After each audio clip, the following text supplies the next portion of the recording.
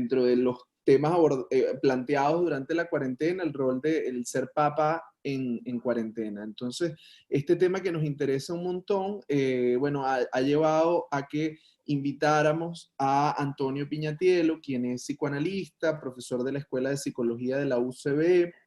Debo decir además en lo personal, Antonio fue mi tutor de tesis, así, es una persona muy querida para nosotros en Secodap, donde, bueno, sabemos además de su experticia y de su trabajo en relación al tema de masculinidad y subjetividad, entre otras cosas. Antonio además es monje zen, creo que va a ser increíblemente valioso poder contar con este espacio. La dinámica va a funcionar de la siguiente manera. Va a haber un espacio en el que Antonio va a introducir el tema y va a hacer unas consideraciones sobre lo que está planteado, y a lo largo de ese proceso los vamos a invitar a que, si tienen preguntas o comentarios, puedan intervenir a través del chat, ¿ok? Yo voy a estar muy atento de las preguntas y comentarios que ustedes hagan en el chat para posteriormente, cuando Antonio finalice esta primera parte, yo voy a ir leyendo parte de esas preguntas y comentarios para que pueda ver pues las reacciones que él nos va a plantear, las respuestas, de forma que sea interactivo. Por la cantidad de gente que va a estar, que se está conectando, pues evidentemente no podemos abrir los micrófonos para todos. Vamos a estar allí bien atentos de que los micrófonos permanezcan en silencio, ¿ok? Y bueno, pues permanezcamos atentos. De entrada les planteo que sí llegaran a tener dificultades en la conexión, motivo de que no escuchan bien en un momento, se salió y vuelven a entrar, no se preocupen, porque este conversatorio, este webinar está siendo grabado, de forma que va a estar luego colgado a través de los canales de Secodap. Entonces, no se preocupen si en algún momento se salen, porque no nos va a dar tiempo de repetir lo que estamos planteando, pero esto va a estar disponible para todos, ¿ok?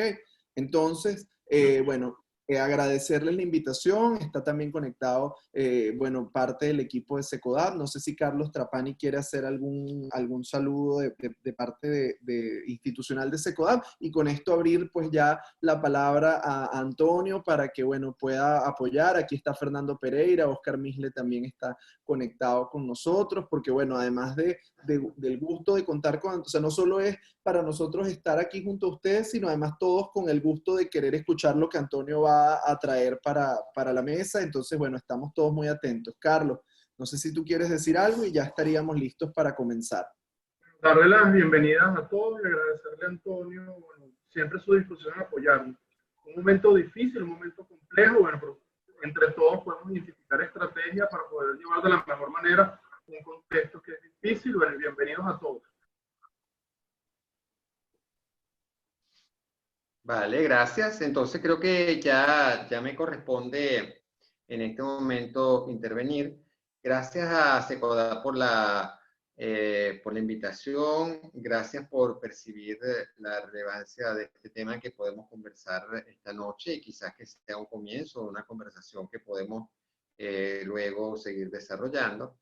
Gracias a Abel por la presentación. Gracias a Carlos también. Yo lo que quiero hacer es justamente hacer una intervención breve, no tomarme la hora solo para hablar yo, sino justamente que tengamos la posibilidad de que esto sea un encuentro donde algún tipo de diálogo podamos hacer a partir no solo de lo que yo pueda decirles sobre el tema, sino de las inquietudes, preguntas, comentarios que puedan surgir en relación con esto que vamos a estar conversando esta noche. Papá en cuarentena. Fíjense que la misma formulación de la frase ya nos coloca en un terreno de que es papá en un contexto de algo inusual. Toda esta situación que estamos viviendo a nivel global es inusual. Es algo que se sale de los patrones, de los esquemas que podríamos tener en cuanto a nuestra vida cotidiana. Puede haber diferentes aspectos de eso que se ha alterado, de eso que no ha podido continuar de la misma manera en nuestra vida cotidiana, pero efectivamente hoy nos vamos a centrar específicamente en eso que podemos ubicar como la experiencia, y aquí enfatizo en ese punto de la experiencia. Es decir, ¿qué es lo que están viviendo aquellos hombres que son papás y en este momento, estando más tiempo dentro de la casa, se están encontrando con que tienen un mayor tiempo, un mayor contacto, una mayor cercanía, quizás con una experiencia que es la de el compartir con los hijos, que quizás en otros momentos y en otras situaciones tal vez no sería tan intensa, tan frecuente, tan del día completo, quizás como la pueden estar teniendo en este momento. Entonces, justamente como experiencia, me parece que la podemos ver o como algo que es una experiencia que resulta exigente desde el punto de vista de como algunas personas lo pueden estar viviendo en el sentido de, oye, no aguanto, estoy cansado, el estrés, es decir, los síntomas de agotamiento o los síntomas hasta de ansiedad que pueden tener personas en estos momentos, porque están viviendo, como decíamos, una situación que se sale de lo usual. Pero yo, más que esos aspectos, digamos, de los malestares que se pueden estar despertando, yo quisiera hoy poner el acento en las oportunidades y en las oportunidades que se abren porque hay que poderlas percibir, esas oportunidades. Porque efectivamente es la posibilidad, este momento que se está viviendo, es la posibilidad de ponerse en contacto, de ponerse en conexión con una realidad, con aspectos de lo que son la paternidad que quizás de otra manera no habríamos tenido la posibilidad de conectarnos, de ponernos en contacto con eso. Esto yo lo enmarco dentro del contexto de la idea de que nosotros podamos ver la paternidad desde el punto de vista de lo que implica ser padre, ejercer ese rol, esa función dentro de una familia, dentro de la vida de un hombre, es decir, dentro de la construcción de la masculinidad. Pero para que podamos hacer eso, nosotros tenemos que poderlo ver de una forma en donde nosotros no nos quedemos con los estereotipos usuales de papá como el que lleva los pantalones en la casa, o papá como el que tiene la autoridad, o papá el que es el proveedor, o papá el Superman, el que todo lo resuelve. ¿Ok? Resulta que en estos momentos nos vamos a encontrar con que somos personas de carne y hueso.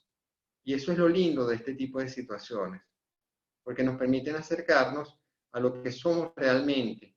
Mientras más estamos cerca, más justamente tenemos la oportunidad de acercarnos justamente a nuestra autenticidad y de podernos relacionar desde nuestra autenticidad, aunque eso a veces da miedo, aunque a veces hemos desarrollado muchísima resistencia a permitir que eso sea posible y nos puede dar ansiedad. Entonces, esta conversación yo invitaría a que justamente nos podamos plantear una serie de asuntos que nos ayuden a abrirnos un poco frente a eso, a lo que desde la forma como se construye usualmente lo masculino, el ser hombre en nuestra cultura, nos hace ser seres muy cerrados a experiencias, a, a, a aspectos que son claves dentro de la vivencia de la paternidad.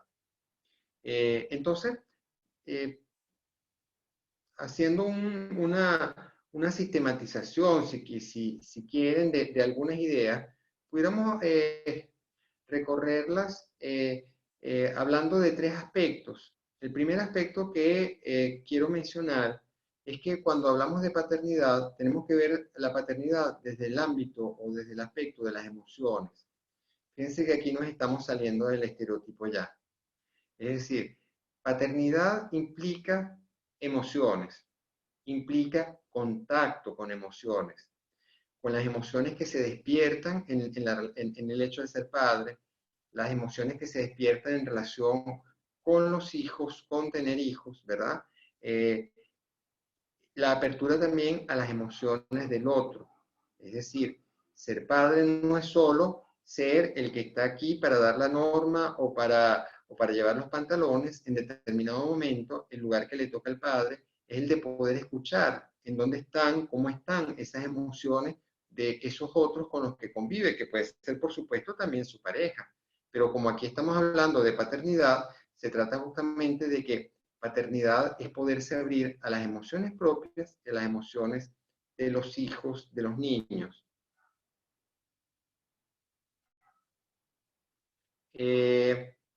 Entonces, este es un aspecto clave desde el punto de vista de lo que estábamos diciendo de la construcción de la masculinidad, porque en nuestra cultura los hombres somos formados, construidos de una manera en donde el contacto con las emociones muchas veces es algo negado, es algo rechazado, es algo que nos cuesta mucho.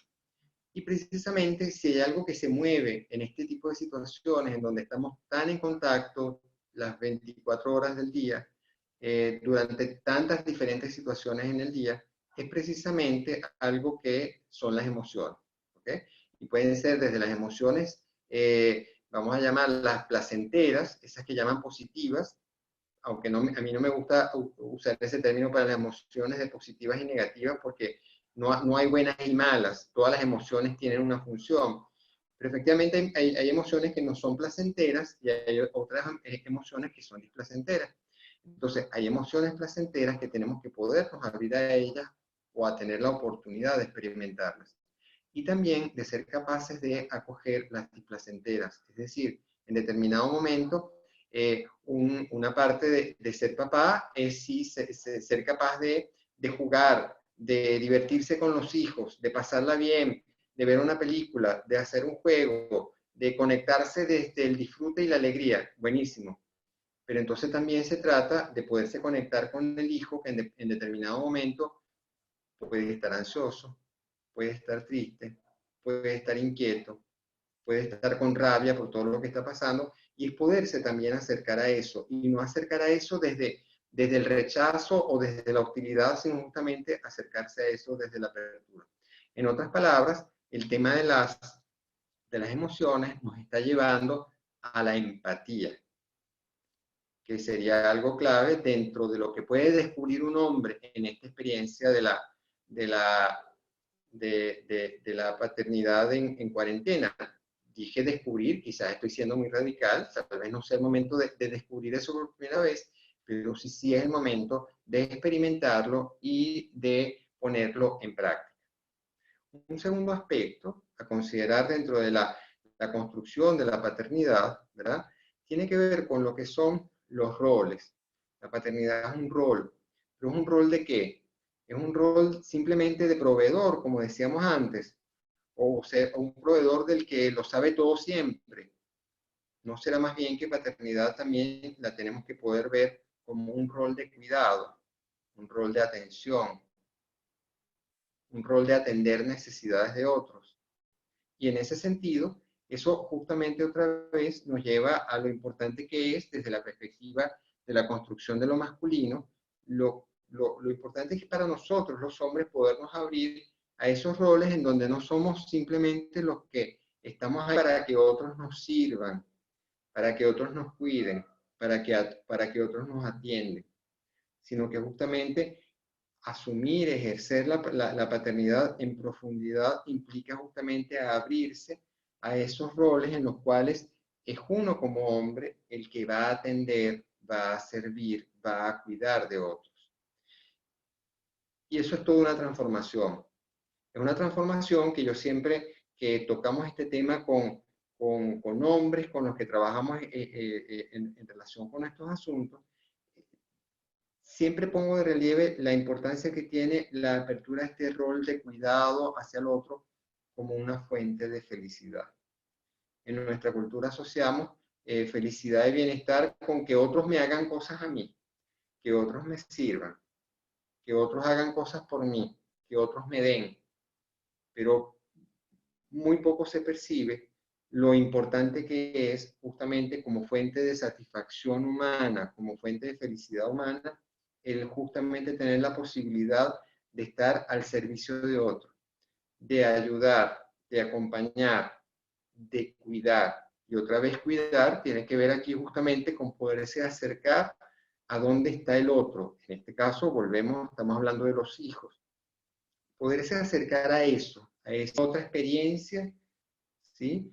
que no es el del otro que está haciendo algo para mí, para yo sentirme bien, sino que yo voy a hacer algo de mi parte de entrega hacia ese niño, esa niña, o esos niños o esas niñas, justamente para producir un bienestar y encontrar que en ese producir bienestar para el otro hay satisfacción, hay felicidad.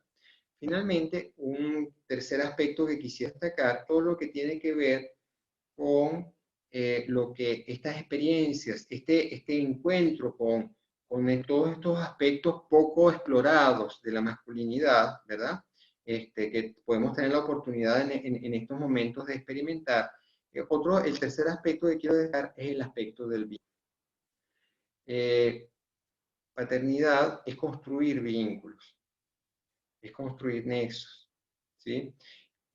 Pero vínculos de una manera que no son los que están instituidos quizás usualmente para los hombres, o los vínculos de los panas, o los vínculos sexuales con las conquistas sexuales.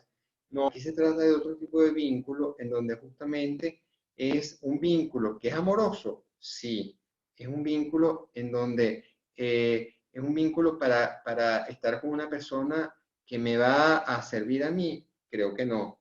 Es el vínculo en donde justamente lo que se enfatiza es la entrega desinteresada. ¿Qué ganas tú con todo el tiempo que le entregas a tu hijo? No vas a ganar nada.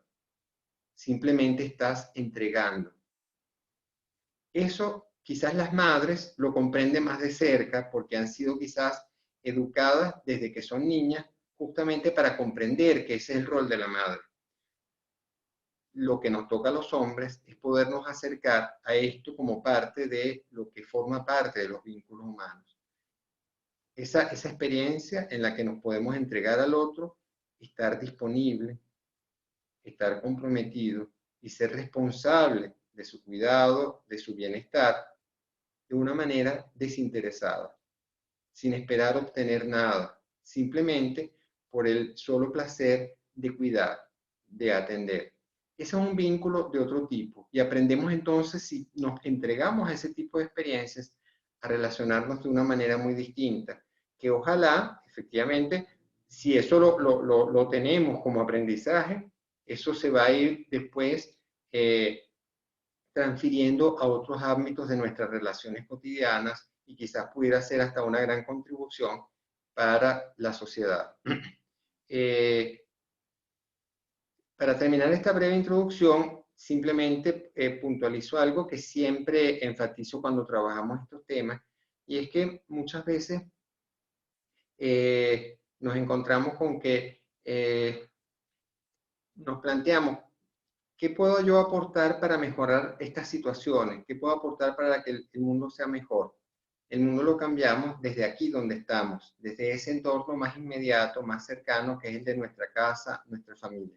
Eso es otra de las cosas que yo creo que nos puede estar enseñando esta experiencia, y ahí es donde justamente es la invitación en que nosotros nos podamos plantear todas las oportunidades que tenemos acá justamente para descubrir, para experimentar y para aprender.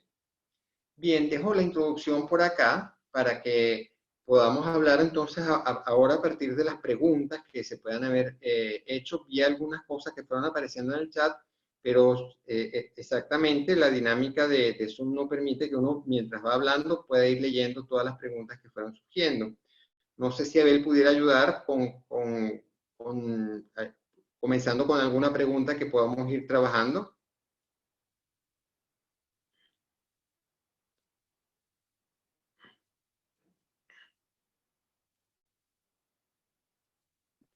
Aló, ajá, es que tenía el micrófono silenciado, estoy a merced de Vanessa. A ver, Antonio, tenemos por aquí algunas preguntas. Bueno, primero muchos comentarios de agradecimiento por el espacio. Luego hay tres preguntas que surgieron durante tu intervención. Una de ellas dice, cuando vives lejos de tus hijos, ¿cómo estar presente y superar la soledad? Esa es una de ellas. La otra pregunta dice, ¿cómo podemos asumir un rol de padre, proveedor, en un contexto tan complejo y de limitaciones? Genera miedo y angustia no poder cumplirlo y la tensión puede llevar a la violencia. Y luego hay una tercera que dice cómo asumir y ayudar a tu hijo de 12 años por la situación, por cuanto está estresado, aparte de la cuarentena, el problema de la luz en el Táchira. No sé si Sí. quisieras que Vamos dejar por estas partes tres porque preguntas y después vemos las siguientes que vayan sí, surgiendo. sí, vamos por partes, pues además son tres preguntas que cada una tiene su particularidades, y no son el mismo tema, o sea, cada una merece su tiempo. Veamos la primera. Creo que el punto aquí importante es que efectivamente se está trayendo a colación la distancia. Ciertamente que es otra circunstancia, por diferentes razones. Creo que además esto de la distancia es un tema que no por esta cuarentena, sino por todas las experiencias de los años anteriores que venimos viviendo en Venezuela, particularmente, entre otras, los procesos de migración, ¿verdad? Han generado muchas situaciones en donde hay esta distancia en relación con los hijos. Lo que, lo que yo aportaría en relación con eso, porque no hay una receta, no hay una recomendación única, es justamente el poder, precisamente desde la perspectiva de lo que estamos hablando, percibir entonces que en esa distancia el vínculo no pasa solo por, bueno, hijo, aquí te estoy chequeando a ver si te estás portando bien, o hijo, aquí está el dinero que te estoy mandando, o cómo yo te estoy manteniendo, cómo estoy cubriendo tus necesidades, que es ese rol del papá proveedor, sino que justamente en esa distancia, a través de las cosas que se puedan eh, eh, encontrar, a través de los medios que se puedan encontrar para ese contacto con los hijos, encontrar que efectivamente la vinculación puede pasar por diferentes otras vías que no son solamente esas dos que acabamos de mencionar, que efectivamente podemos justamente pensar en formas en las cuales se puede cultivar un vínculo.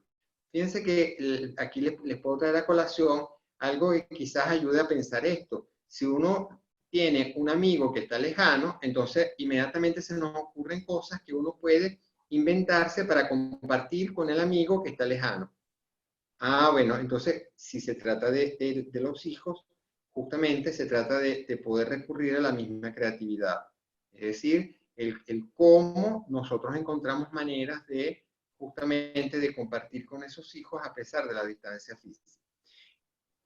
Hice esa acotación a la distancia, al término de la distancia desde el punto de vista donde hay una distancia física real que impide que nos podamos estar viendo y compartiendo en un mismo espacio. Pero a la vez aquí yo traigo a colación la otra distancia. Lo que nos está trayendo esta situación dentro de los hogares, ahí donde papá está dentro de la casa, pero ¿qué ocurre? Podemos descubrir que papá está dentro de la casa y nos damos cuenta que siempre estuvo muy distante. Y eso es un punto que nos puede invitar a revisar toda esta situación. Es decir, sí, esta es mi familia, yo soy parte de la familia, yo estoy aquí, esta es mi casa, pero de pronto descubrimos que no estabas presente. O uno mismo descubre que no estaba presente. Y esta es la oportunidad justamente para revisar eso. ¿Cuáles son esas formas muy concretas de no estar presente? Bueno, sí, yo estoy aquí, pero estoy metido, qué sé yo, en la computadora, o en la televisión, o en el videojuego, ¿ok? O sea, estoy, pero no estoy disponible, ¿sí? Entonces, se trata también de poder acortar esa distancia que entonces fíjense que ya no es física, sino que es una distancia emocional, subjetiva, vincular. Después retomo la pregunta que era sobre cómo hacer para ser proveedor. Es que justamente ahí es donde es muy importante toda esta reflexión que estamos haciendo, porque si nos quedamos solamente en el padre proveedor, nos topamos con una crisis, porque efectivamente papá no siempre puede ser proveedor, se puede pasar por diferentes circunstancias en la vida. Unas en este momento social que estamos viviendo están muy condicionadas por toda la situación social que vivimos en Venezuela. Pero efectivamente la idea es que justamente un hombre pueda estar relacionándose con la paternidad de una manera en que no esté tan pegado e identificado a que lo único que lo define como padre es ser proveedor, Ahí es donde justamente está la trampa de donde nos tenemos que salir para poder ver que entonces, aunque en un determinado momento no estoy pudiendo cumplir el rol de proveedor, yo puedo cumplir muchos otros roles para mis hijos que quizás son tan determinantes o mucho más que lo que yo en determinado momento me estoy haciendo la expectativa como de ser proveedor. Aquí puedo ahondar un poquito en cuál es la dinámica conflictiva que se nos presenta a los hombres en relación con esto, porque desde chiquitos el mensaje que uno recibe es, tú tienes que ser el que provee y el que manda en la casa. Y resulta que cuando no provees, es en un conflicto. ¿Cuál es el conflicto? Que no estás cumpliendo con el ideal, no estás cumpliendo con el imperativo que a ti te mandaron, y resulta que tú te sientes menos, te sientes en falta, sientes que estás fallando, ¿verdad? Y eso efectivamente puede generar una tensión interna que lo que hace es que la persona hasta puede llegar, creo que la pregunta lo decía muy claramente, a la violencia. ¿Por qué? Porque estás acumulando un nivel de frustración interna, incluso reprimida, enorme, pero por un asunto del que más bien te pudieras liberar, desprender. La tercera pregunta, no sé si la recuerdo ahorita, era... La tercera pregunta decía, ¿cómo asumir y ayudar a tu hijo de 12 años por la situación, por cuánto está estresado bueno, y habla de las dificultades de luz, de acceso a servicios, habla del Sí, estado táctica, pero creo que pudiera aplicar para un sí. contexto mucho más amplio. Sí, sí. Fíjense, la pregunta es un poco amplia, ¿verdad? Porque un hijo de 12 años que está estresado, en realidad puede eso referirse a muchísimas situaciones en las que puede estar un hijo. Entonces, voy a tomar de la pregunta lo que me parece que puede ser de ayuda para puntualizar elementos que pueden ser útiles para todos. La primera cuestión es precisamente hacerse la pregunta. El hijo está estresado, perdón, no solo antes que hacerse la pregunta, poder percibir. ¿Qué ocurre muchas veces? Que en la casa estamos todos en tensión, ¿ok? Hago aquí el paréntesis, porque estamos hablando de papá, que no es el Superman, que no es el proveedor. Entonces, ¿qué es? Es una persona de carne y hueso. Papá también puede estar angustiado. Y eso hay que aceptarlo. Papá en determinado momento puede no tener todas las respuestas, ¿ok? Pero le toca, quizás, como justamente es el que le va a aportar seguridad a los hijos, ser el que no se va a relacionar con los hijos desde solamente su angustia, sino que va a tratar de procesar algo de esa angustia, esa preocupación, para justamente poderle transmitir a los hijos algo distinto. Que eso es parte de la gran función que hacemos los padres, tanto madres como padres. Lo que pasa es que usualmente esto se lo hemos encargado de las mujeres. Y los hombres nos mantenemos aparte de esto. Y resulta, ¿no?, que aquí se trata de que también los hombres podamos tener un rol en ese sentido. Entonces, primera cosa es conectarnos con que en una casa puede haber tensión de todos. Si nos conectamos con eso, entonces después nos podemos conectar con que, oye, un momentico, el hijo de 12 años está estresado. Ya el poder percibirlo es un gran paso, porque usualmente lo que hacemos no es percibir eso, sino que lo que hacemos es, no, este muchacho sí está mal criado, o este muchacho sí está contestón, o este muchacho lo que está ahorita es que está descontrolado, o no está haciendo caso. Ven que son las cosas usuales, y en realidad en el fondo lo que hay es mucha tensión. La persona está experimentando ansiedad, quizás como la está experimentando todo el mundo. Entonces ya el solo... Fíjense que la pregunta ya implica ese ejercicio que dije antes de empatía. Oye, ¿qué le está pasando? Bueno, hacerse la pregunta ya es importante. ¿Qué será lo que le está pasando? ¿Será que está estresado? ¿Será que lo estresa que no hay electricidad? ¡Wow! Ya poderse acercar ahí es un gran paso. Y una vez que uno ha dado ese gran paso, lo siguiente que puede venir es acercarse desde el diálogo. No desde el regaño, no desde la presión, no desde, chico, ya quítate de eso, ya pórtate bien, o chico, ya deja de comportarte así, ¿no? Entender que cada uno tiene su vulnerabilidad, que cada uno tiene su respuesta emocional ante la situación y que muchas veces lo que más bien nos va a hacer es sencillamente tener la oportunidad en determinado momento de hablar, pero ¿saben qué? A veces ni siquiera solamente hablar, a veces simplemente sentirse en compañía. Sentirse sencillamente que nos podemos quedar quietos un rato y yo estoy al lado tuyo. Y ni te estoy presionando a que me hables, ni estoy presionándote, queriéndote yo decir cosas, sino que sencillamente estamos juntos en silencio y nos estamos acompañando. Ya el solo poder acompañar desde esa serenidad es algo en donde nosotros estamos aportando algo a que la otra persona se tranquilice. Pero ven que esto significa que entonces que nosotros nos salgamos de esos roles en donde tenemos que hacerle algo a la otra persona, tenemos que intervenir, tenemos que forzar las cosas de manera que la persona se sienta bien. No, de pronto lo que se trata simplemente es de aportar eso que va a ayudar a que la otra persona se sienta mejor. Podemos seguir con otras preguntas. Sí, tenemos por acá algunos comentarios. Por aquí escriben felices de compartir contigo, varias personas que han compartido contigo, Antonio, en otros espacios. Y gracias. El comentario, Abel, vi cuando empezaron a entrar, no sé quiénes más se han incorporado, pero vi a muchas personas conocidas, amigas, personas muy queridas que están participando en esta actividad de hoy. Les agradezco, les saludo, les mando un abrazo, así como a todos los participantes también que no conozco. Muy bien. Después hay una consulta que te hacen por acá y dice que, bueno, un papá que plantea, dice, tenemos una niña de 9 años, se ha vuelto un dolor de cabeza a la hora del sueño, ha despertado con ansiedad, insomnio, iniciación, pide ser acompañada. ¿Qué recomendaciones nos pueden dar sobre ese tema? Hay otro comentario, te voy leyendo algunos para que tú luego puedas reaccionar a ellos. Hay otro comentario que dice, no es la cantidad, sino la calidad que le puedes dar a tus hijos a pesar de la distancia. Existen muchas actividades a distancia, jugar, leer, cuentos, entre otras. Por acá hay otro comentario que dice, buenas tardes, cuando tu hijo siente que ha perdido todas sus amistades por algunos errores cometidos en días previos a la cuarentena, ¿qué hacer? ¿Cómo acompañar?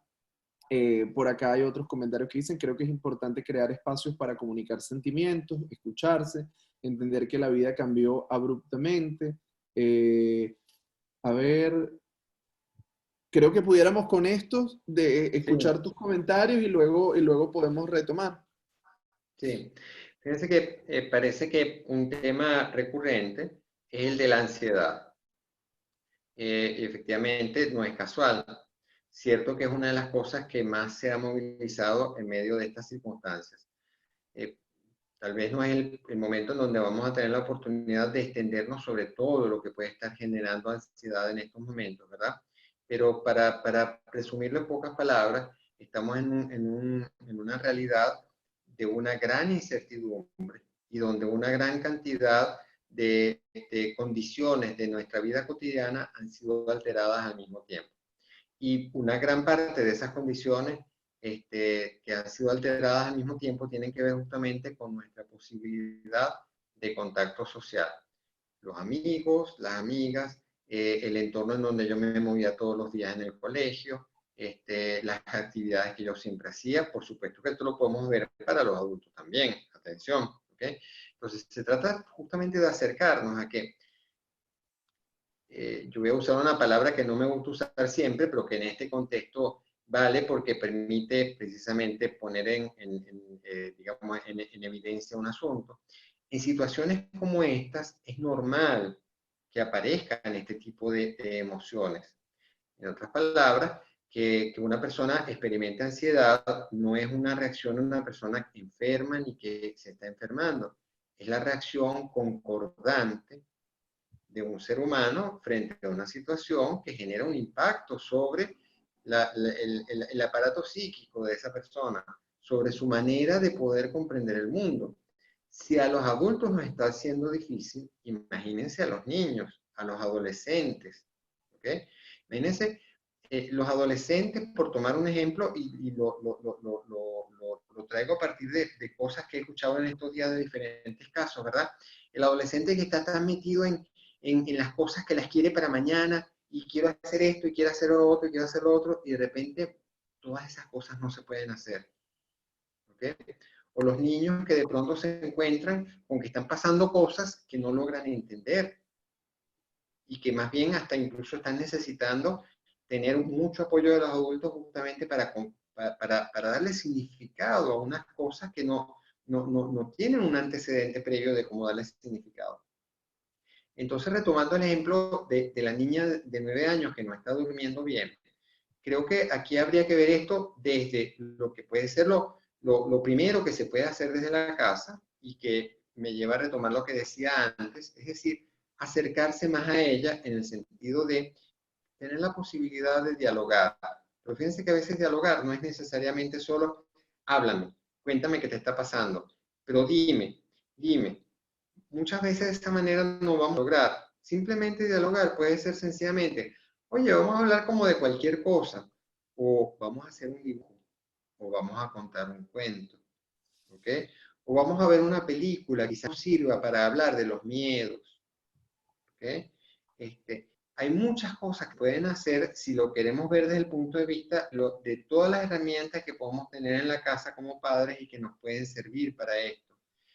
Quienes tengan cuentos infantiles en la casa, es muy probable que si se hacen una breve pausa y se ponen a revisar, se van a encontrar que dentro de los cuentos infantiles hay muchos cuentos que sirven para hablar acerca del miedo, porque el personaje está expuesto a situaciones peligrosas o porque hay miedo dentro de la trama del cuento. Esos son cuentos que son muy útiles de traerlos a colación, así sea para niños más grandes. ¿Ok? Con esto lo que estoy dando es simplemente un ejemplo de esas cosas que se pueden hacer desde la casa, ¿verdad? Otra cosa que también hay que tener en consideración en estos momentos es que efectivamente son momentos en donde se hace más patente lo que pueden ser las angustias de separación. Entonces, para un niño, ¿verdad? Y una niña de 9 años es una niña, efectivamente.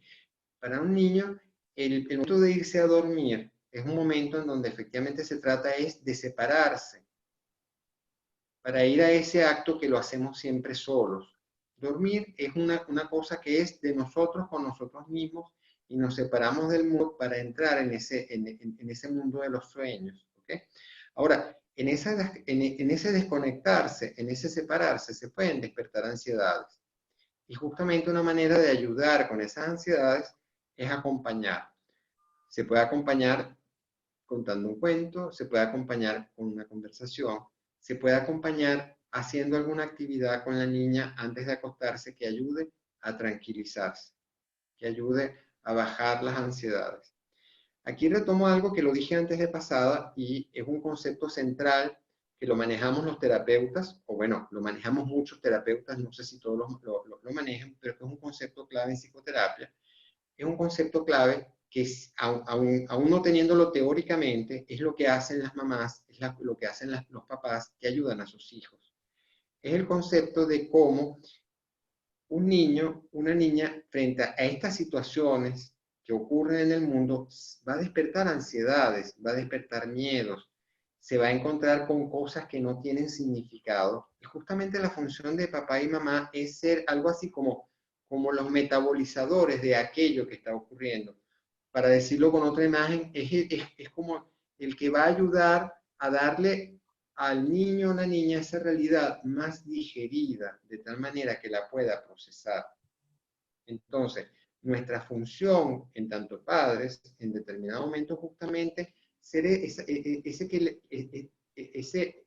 ser humano que está cercano, que tiene empatía, pero que a la vez es capaz de acercarse a qué está necesitando ese niño o esa niña desde el punto de vista del sentido, del significado de lo que está ocurriendo, para nosotros aportarle quizás no solamente significado, sino la manera justamente de encontrarle él o ella su propio significado. ¿Podemos ver otras preguntas? A ver, por acá tenemos una que dice, como hombre, ¿cómo le explico a mis hijos que tengo miedo o no sé qué hacer?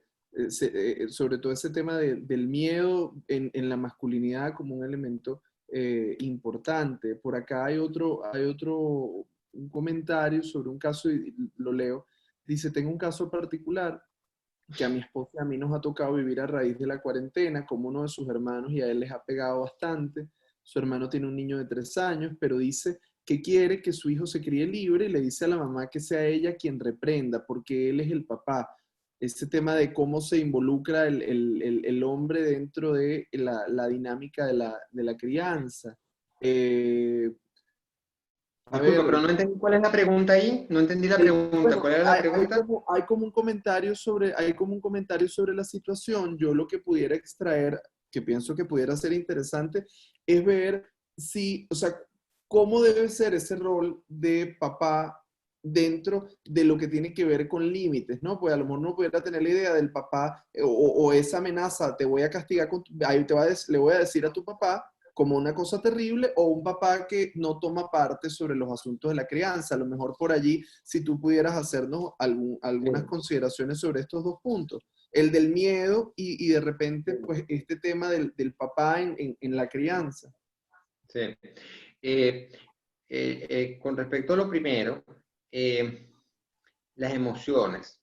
Las emociones son humanas, están presentes en todos. ¿Ok? Yo he escuchado ciertas veces que por ahí a veces dicen, no, el hombre que se relaciona con su parte femenina porque se relaciona con sus emociones. Un momentico, ¿y quién dijo que las emociones son femeninas o masculinas? Las emociones son humanas. ¿Ok? Pero entonces, ¿qué ocurre? Que justamente nosotros hemos construido un personaje hombre, ¿verdad? Que vive muy apartado de las emociones, excepto algunas, las que tienen que ver con la rabia, las que tienen que ver con la agresividad. ¿Okay? Y yo siempre traigo a colación el que nos demos cuenta cómo en la vida diaria ocurre tan frecuentemente que un hombre, cuando de pronto siente frustración, inmediatamente expresa rabia. Si tiene hambre, expresa rabia. Si siente dolor, expresa rabia. Si tiene tristeza, expresa rabia. ¿Qué pasa ahí? Que justamente en esa crianza, en esa socialización por la que hemos pasado, es como que se nos hubiese reducido el espectro de nuestras emociones a solo unas posibilidades dentro de todo el amplio espectro de las emociones que existen. Entonces nos vamos a esas emociones que están asociadas con ser fuerte, con ser rudo, con ser dominante. ¿Okay? Y entonces hay otras emociones que no es que impliquen debilidad, atención, pero que culturalmente están asociadas con debilidad. Entonces, por ejemplo, sentir miedo no implica debilidad, más bien hay que ser muy valiente para reconocer que se siente miedo. Las personas más miedosas que yo conozco son las personas que dicen que nunca tienen miedo, porque no son capaces ni siquiera de reconocer el propio miedo. Entonces, para ir a la pregunta específica, ¿cómo hacer para reconocer el miedo con los hijos? Reconociéndolo, haciéndole ver a los hijos que no hay ningún problema con sentir miedo, a condición de que uno no viva solo dentro del miedo. Ese es el punto importante aquí. Porque cuando hablamos de emociones, hablamos de fenómenos, de eventos que son pasajeros. En un momento tenemos miedo, pero en otro momento podemos sentir alegría. Y en otro momento vamos a sentir otra cosa, en otro momento vamos a sentir cariño, en otro momento vamos a sentir ternura, en otro momento podemos sentir rabia. Pasamos por todas esas emociones. El problema está en cuando nos quedamos en una sola, cuando nos quedamos solo en la rabia o nos quedamos solo en el miedo. Entonces, reconocer el miedo y compartir que en determinado momento uno también puede sentir miedo, no va a hacer que uno pierda un lugar para los hijos como padres, sino más bien lo que va a permitir es un acercamiento. Después el tema de los límites y los roles, ¿ok? Y los roles de ley, digamos. Efectivamente, aquí esto nos lleva a retomar lo que yo traía en la introducción. Hemos asociado culturalmente a papá con el que pone la norma. Papá es el que lleva los pantalones en la casa, ¿por qué? Porque él es el que manda. Eso forma parte de todo un patrón patriarcal en donde por ser hombre tú eres el que tiene el poder dentro de la casa y desde el poder entonces tú vas a ejercer ese poder teniendo el dominio sobre los súbditos de ese mini reino que se llama familia. Bueno, creo que ese es un patrón de relaciones que está cada día más cuestionado y del que nos podemos dar la oportunidad de avanzar hacia otras maneras de relacionarnos. ¿Qué son esas otras maneras de relacionarnos? justamente aquí se ve el que en lo que se refiere a los límites dentro de la crianza de los hijos, los roles estén compartidos, que no sea una cosa que le toque solo a mamá o solo a papá. ¿Okay? Porque es tan distorsionado ese papel en donde papá es el que viene a meterle miedo a todo el mundo y a meter a todo el mundo en cintura y para que todo el mundo se porte bien, y dado que se lo voy a decir a tu padre cuando venga, eso es una distorsión, como también es una distorsión aquella según la cual, no, bueno, eso que se encargue la mamá, yo no me meto en eso. Es otra vez un ejemplo de esa distancia de la que hablábamos antes. Ahí en realidad no se es más liberal, ahí en realidad no se está cambiando el patrón de género, lo que simplemente se está haciendo es jugar a un lugar en donde uno está por fuera, uno no se mete, uno no se involucra, uno no está ahí donde se están jugando las cosas claves de la crianza de los hijos. ¿Qué más tenemos por ahí como preguntas, comentarios? Hay un planteamiento que además yo creo que muy de actualidad sobre los docentes y bueno, y creo que esto además de los docentes puede aplicar para los papás en general, cómo hacer para llevar este tema, yo creo que tú lo introducías ya un poco antes, cómo hacer para llevar el tema de los niños en casa con la escuela en casa y ese compromiso o ese papel que se puede jugar, porque ahorita tú hablabas justo de cómo desde el hombre se suele jugar un papel desde lo separado, pero ¿qué ideas o qué pinceladas pudieras plantearnos tú sobre cómo puede vincularse papá, ¿no? Sobre todo si no hemos tenido la experiencia, a lo mejor como hijos, de vivir esa expresión de un papá implicado, afectivamente cálido. O sea, es posible aprender, es posible hacerlo distinto y si fuese así, bueno, ¿por dónde se empieza? Sí. Creo que lo que tú estás trayendo es bien relevante, quizás ya para este momento donde nos estamos acercando a la conclusión del espacio. Y es que efectivamente todo lo que estamos hablando hoy es precisamente para abrirnos a que descubramos, comprendamos que la manera como vivimos, la manera como nos relacionamos, la manera como nos metemos en un personaje que hemos aprendido a creer que eso es ser papá, ¿verdad? Es algo aprendido, justamente. Y que así como aprendimos esa manera de ser, esa manera de relacionarnos, nosotros podemos aprender nuevas maneras de vivir, nuevas maneras de experimentar la relación con los hijos, nuevas maneras de estar en este mundo y por lo tanto de estar dentro de una familia. Entonces, lo que haría sería efectivamente enfatizar eso. Las cosas cambian, pero ¿por qué? Porque viene un gobierno o porque viene una revolución o porque vienen los marcianos o porque viene la flota de tal país y por eso cambian las cosas. No, los cambios profundos que ha habido en las sociedades, en las culturas, son los cambios que han hecho las personas desde su ámbito más inmediato. Desde ahí cambiamos el mundo. Y cambiamos el mundo aprendiendo a ser distintos, aportando un granito de arena. Y desde ahí donde estamos, aportando ese granito de arena para que las cosas en el mundo sean distintas, estamos haciendo cosas que no nos imaginamos, la envergadura, el alcance de hasta dónde puede llegar justamente las repercusiones de eso que parecen pequeños actos en la vida cotidiana que están marcando la diferencia como manera de, en este caso, dentro de lo que estamos hablando, de entender, de darle significado al ser hombre dentro de una casa, ser hombre y ser papá.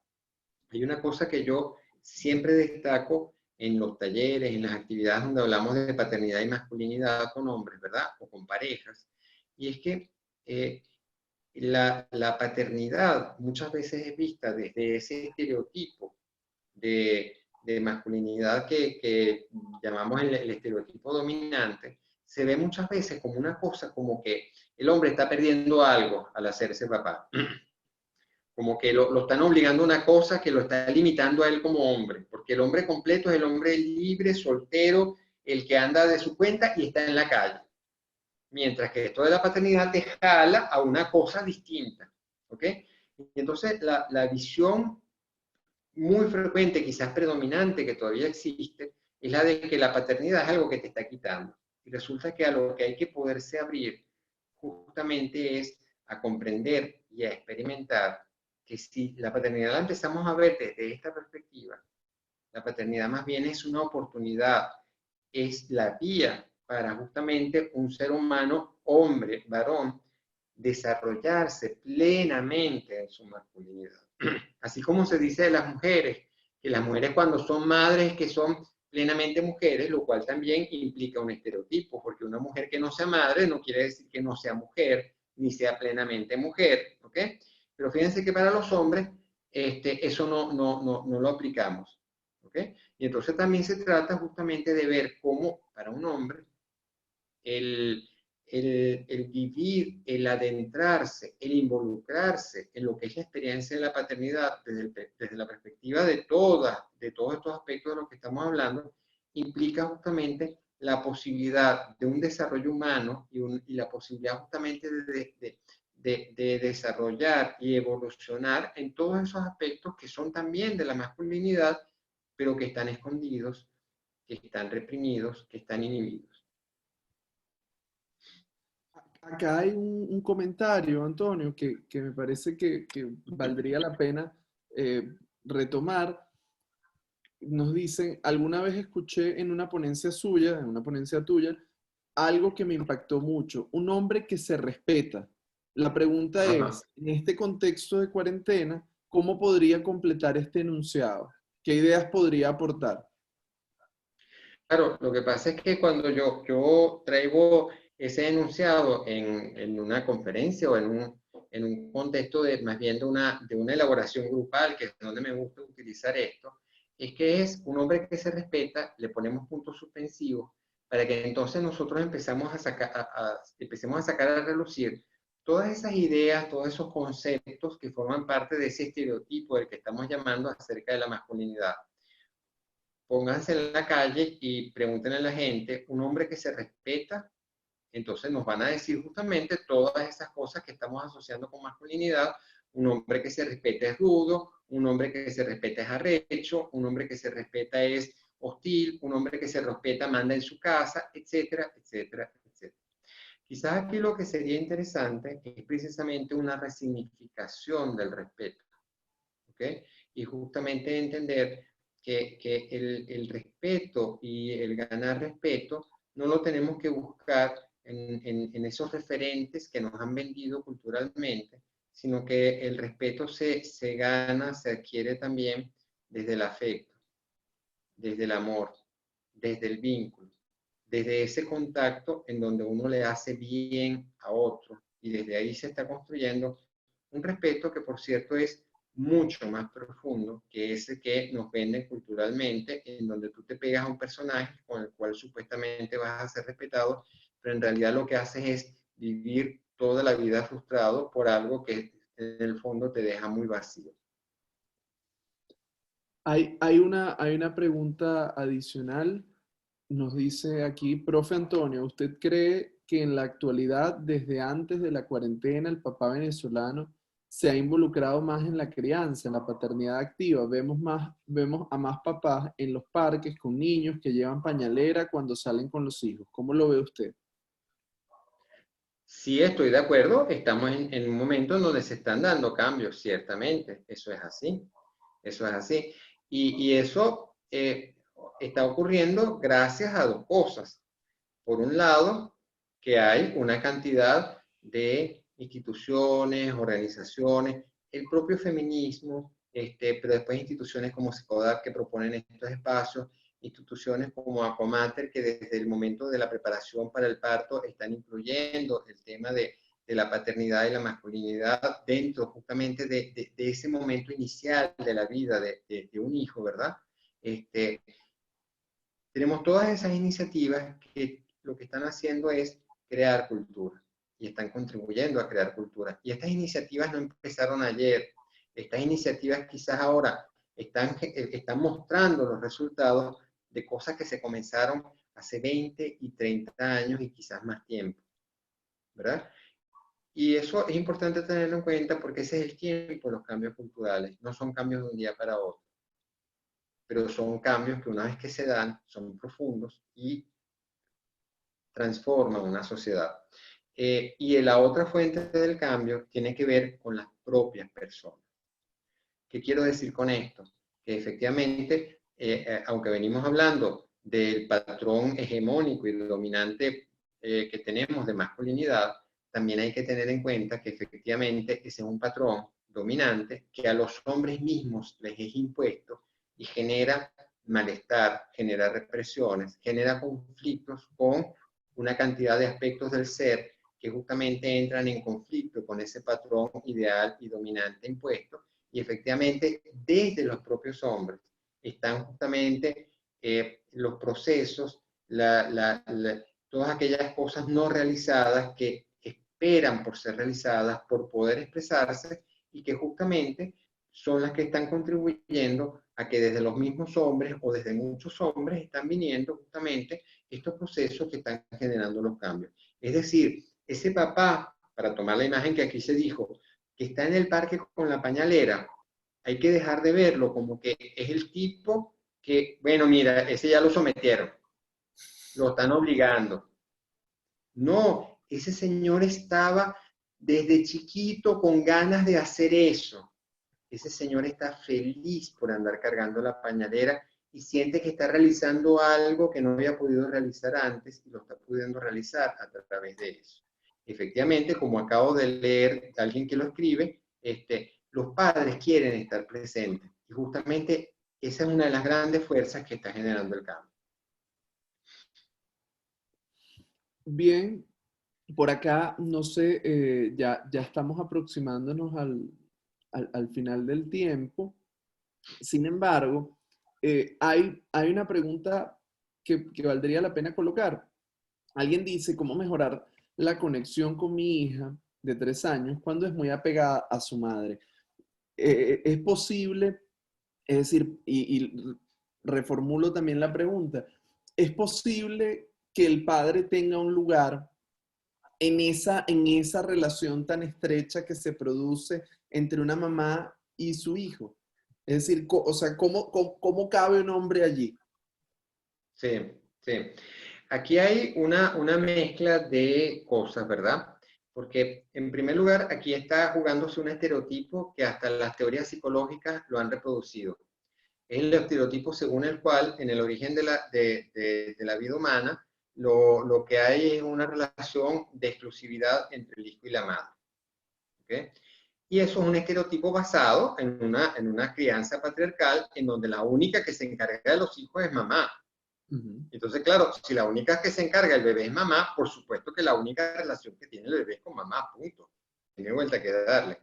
Ahora, la diferencia está, y ahí es donde vuelvo sobre el trabajo que hacemos con los padres, justamente que se preparan junto con su pareja para el parto a lo largo del proceso del embarazo, donde el hombre inclusive participa en el parto. Y cuando el hombre participa en el parto, ¿saben quién es el segundo, perdón? Porque la primera que recibe al bebé o a la bebé en su pecho es mamá, ¿verdad? Pero después de que de que recibe al bebé mamá, ¿quién recibe al bebé en un parto humanizado? El retén, como se practica muchas veces. O puede ser papá, que es el primero que recibe en los brazos a ese bebé y lo acuna.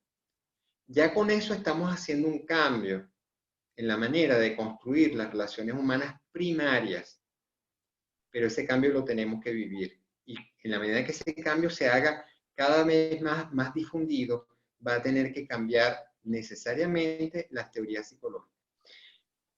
Para la pregunta específica, ¿papá puede estar presente, puede acercarse o no? Lo importante, diría yo, es no forzar las cosas. A veces a uno como hombre sí le puede ocurrir que uno se siente como excluido, porque uno tiene una pareja y hasta antes del nacimiento del bebé éramos tú y yo y tú. Y efectivamente el nacimiento del bebé representa la presencia de otro ser humano que demanda una atención muy importante de mamá, ¿verdad? Y papá se puede sentir afuera. Creo que es muy importante uno identificar estos sentimientos que pueden ser de exclusión para identificar que uno no está para nada excluido, que uno puede estar incluido de muchas maneras y a veces estar presente es sencillamente estar cerca.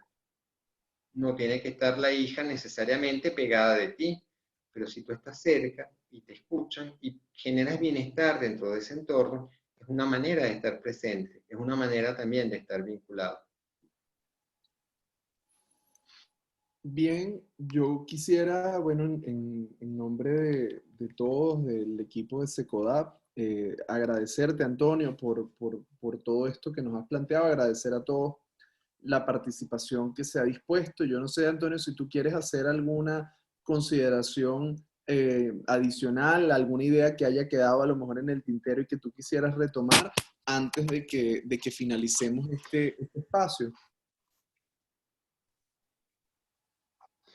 Sí, yo lo único que quisiera agregar para terminar es que ojalá hayan quedado muchas ideas en el tintero para todos, porque lo que hemos hablado hoy no es como para decir que ya agotamos el tema, sino más bien que espero que de todo lo que hemos conversado, a partir de aquí se puedan haber despertado en cada una de las personas que participaron ideas, asociaciones, cosas, emociones, recuerdos, ganas de hacer algo, ¿verdad? Espero que se hayan despertado muchas cosas y si nos vamos con todas esas cosas despiertas, seguro que eso, de una u otra manera, aunque después no estemos tan conscientes de eso, eso va a tener una repercusión en nuestra conciencia, en nuestra vida cotidiana y también en la manera como vamos a llevar nuestra vida cotidiana.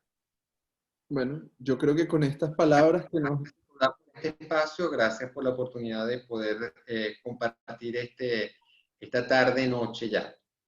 Gracias, Antonio, gracias a todos quienes se conectaron, pues bueno, les invitamos a que se mantengan atentos a las actividades que estamos realizando en Secodap. Por nuestras redes sociales van a encontrar la información, igual que en la página web www.secodap.org. Muchísimas gracias. El video próximamente lo vamos a estar colgando en YouTube. ¿Ok? Saludos a todos. Vale.